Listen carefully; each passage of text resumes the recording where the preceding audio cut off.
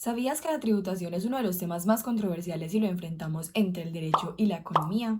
¿Y por qué? Primero, hay que saber qué es la tributación. Los tributos son prestaciones pecuniarias que recoge el Estado para satisfacer sus necesidades y así poder cumplir con sus fines. Una de las formas más conocidas son los impuestos, y precisamente de eso hablaremos hoy, de los impuestos, del IVA.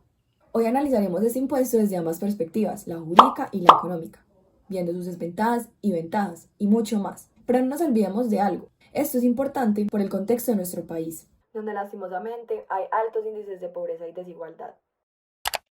Los impuestos, como uno de los tributos más comunes, se dividen en directos e indirectos. Los directos permiten conocer la capacidad de pago de los contribuyentes por medio de información relativa a sus rentas y patrimonio. En los indirectos, la información acerca de la capacidad de pago del contribuyente se determina por su tendencia al consumo. El IVA es un impuesto indirecto.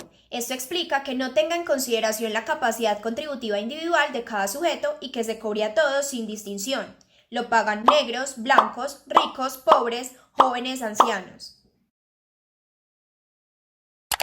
Una de las razones por las cuales el IVA es tan atractivo es por lo fácil que es de recaudar, porque se cobra justo cuando se va a consumir. Esto también significa que es más difícil de evadir. También pensemos en las grandes ventajas que le brinda el Estado. Por un lado, le da una buena idea sobre qué están consumiendo las personas. Y por otro lado, es de las principales fuentes de ingreso que tiene el gobierno para que éste pueda cumplir con sus fines. Y tampoco podemos perder de vista la flexibilidad del IVA. Si las circunstancias económicas de un país fluctúan, este impuesto se adapta fácilmente. Además, no es posible decir que el IVA sea un impuesto inequitativo, porque las personas que más recursos tienen son las que más consumen y por lo tanto los que más impuestos pagan. Entonces, es evidente que los pobres pagan menos IVA que los ricos. No estoy muy segura de que todo sea tan positivo como lo pintas. Por un lado, este impuesto puede llegar a ser sumamente injusto e inequitativo y termina desfavoreciendo a quienes menos ingresos tienen. Por su naturaleza, se aplica la misma tasa a todas las personas sin diferenciar su capacidad contributiva. Quienes más tienen pagan lo mismo que aquellos que apenas tienen para el mercado. Además, sí desfavorece a las clases socioeconómicas más bajas, pues esas son las que suelen consumir más bienes y servicios y terminan pagando más que aquellos más ricos. Hablemos de nuestra famosa Constitución, nuestra Carta Política y su relación con el tema. Como todos saben, o bueno, no todos, Colombia es un Estado social de derecho. ¿Qué es eso? Esto es casi que lo más importante en nuestro país, porque promueve la maravillosa equidad. Esta es la piedra angular del por qué se cobran impuestos. Ojo, no crean que eso es porque sí. Un Estado social de derecho es el que busca dar las condiciones básicas de una persona para que satisfaga sus necesidades. ¿Y cómo hace esto? Pues con plata. ¿Y dónde sale la plata? Pues del cobro y recaudo de impuestos. Estos hacen que el Estado pueda suplir el gasto público que surge cuando éste está cumpliendo con sus responsabilidades.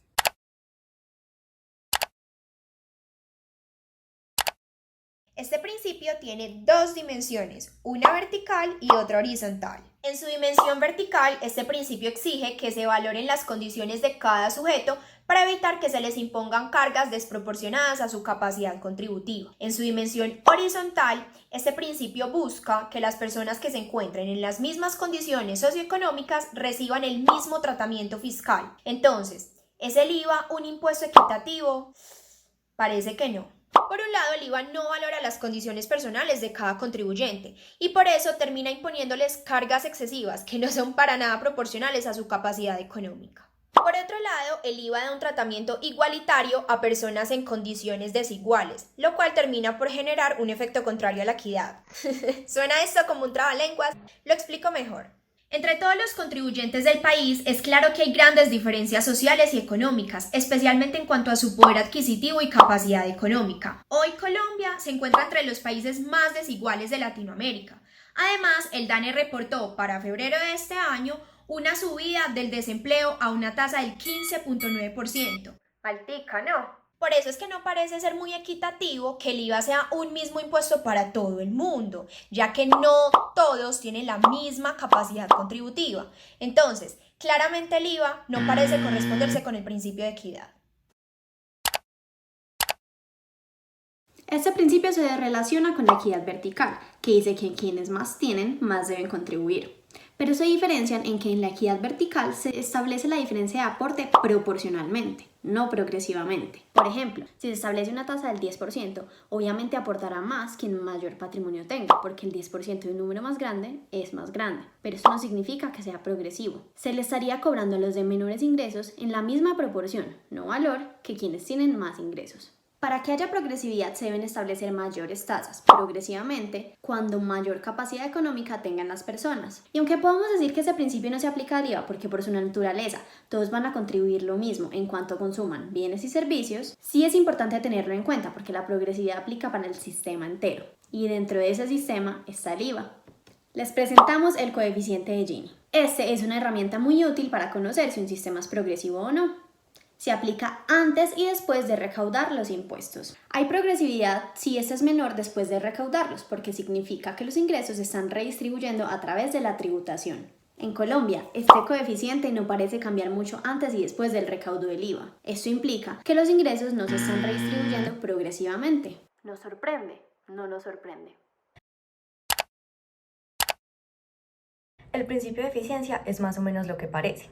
Lo que busca es que se alcance el mayor recaudo de tributos al menor costo social y económico posible para quienes lo pagan. Comparado con los países de la OCDE, Colombia tiene una productividad de 9.9 puntos porcentuales más bajas que el resto. Además, la principal fuente de gasto del país proviene del IVA. Ningún otro país en Latinoamérica gasta tanto de lo obtenido del IVA como Colombia. ¿Y eso qué significa? Esto significa que la fuente de la que más gasta el país es la menos productiva. Y para acabar de empeorar el problema, su evasión termina por agravar esta falta de eficiencia. Pero no, pues que el IVA reduce la evasión tributaria. Sí, pero a pesar de esto su evasión sigue siendo muy alta. Entre 1996 y 2012, esta fue aproximadamente del 30%. Es decir, incluso la imposición del IVA no soluciona el problema de la evasión. Entonces no, el IVA tampoco parece que se ajuste al principio de eficiencia.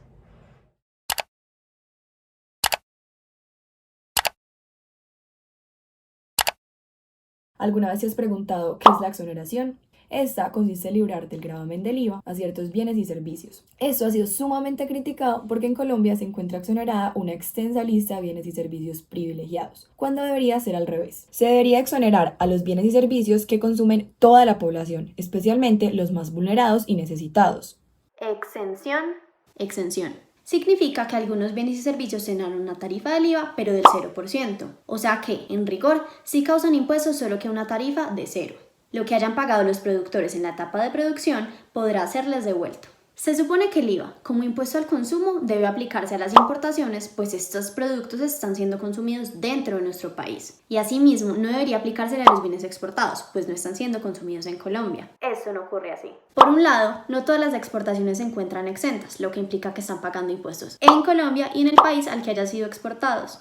Por otro lado, muchas importaciones sí están exentas. Esto hace que sean mucho más competitivos los bienes extranjeros, pues los productores locales tendrían que sacar más plata de su bolsillo para pagar el IVA en Colombia y en el país al que exportan. Estos aumentos en el costo terminan afectando al consumidor al final en los precios. Además, es demasiado irónico que bienes como camarones y langostinos sí estén exentos, mientras algunos cereales, aceites y otros productos que son de consumo mucho más básico sí estén gravados con el IVA.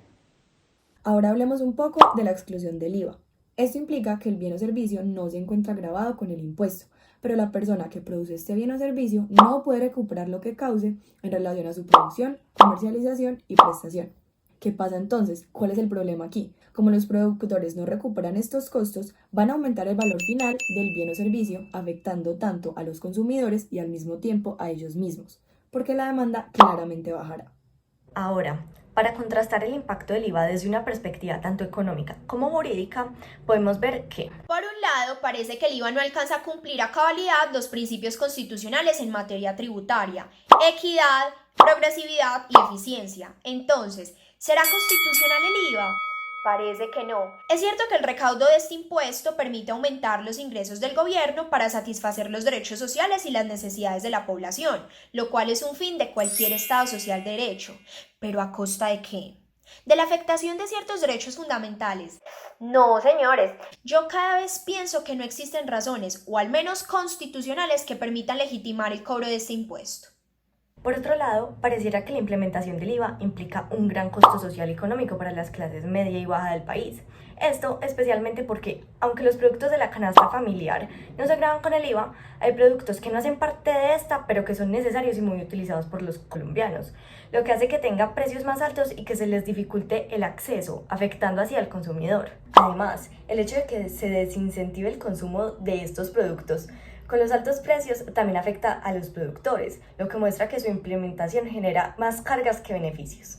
Mejor dicho, la implementación del IVA podría ralentizar en gran medida el flujo económico, pero no se debe perder de vista las ventajas de este impuesto, específicamente en su fácil recaudo y el gran ingreso que genera para que el gobierno pueda cumplir con sus fines. Agenda de transformación social sostenible. Cambios en los impuestos que se pagan en el país. Reforma tributaria. De reforma fiscal. La reforma fiscal. Las bases de la nueva reforma tributaria. Reforma tributaria. Y adivinen qué, solo falta la cereza del pastel, el proyecto de reforma tributaria del 2021. Entre algunas de sus propuestas está gravar con el IVA a los servicios domiciliarios de los estratos 4, 5 y 6, impactando así la satisfacción de las necesidades básicas y de ciertos derechos fundamentales como la dignidad humana al mínimo vital. Y aunque esas personas tengan más capacidad económica, deberán de dejar de destinar parte de sus rentas a la satisfacción de otras necesidades para poder adquirir esos servicios que son más caros. También se propuso cambiar de exentos a excluidos bienes como la carne, el pollo, el pescado, leche, huevos, arroz, que si bien el consumidor final no deberá pagar el IVA, sí se gravará el proceso de producción, lo que aumenta su costo y se traslada al consumidor final a través del precio. Algunas propuestas de esta reforma son muy contrarias al sentido común y parecen mostrar las beneficiosas posturas que se dan dentro del Congreso hacia ciertas entidades privadas que buscan regulaciones favorables para sus propios intereses.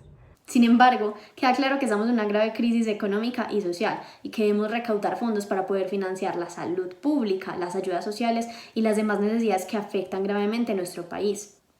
Y la verdad del dinero no nos caerá del cielo. Para solucionar los graves problemas que encontramos con el IVA y su imposición, podríamos darle en cambio mayor importancia a los impuestos directos y fortalecer las políticas contra la evasión.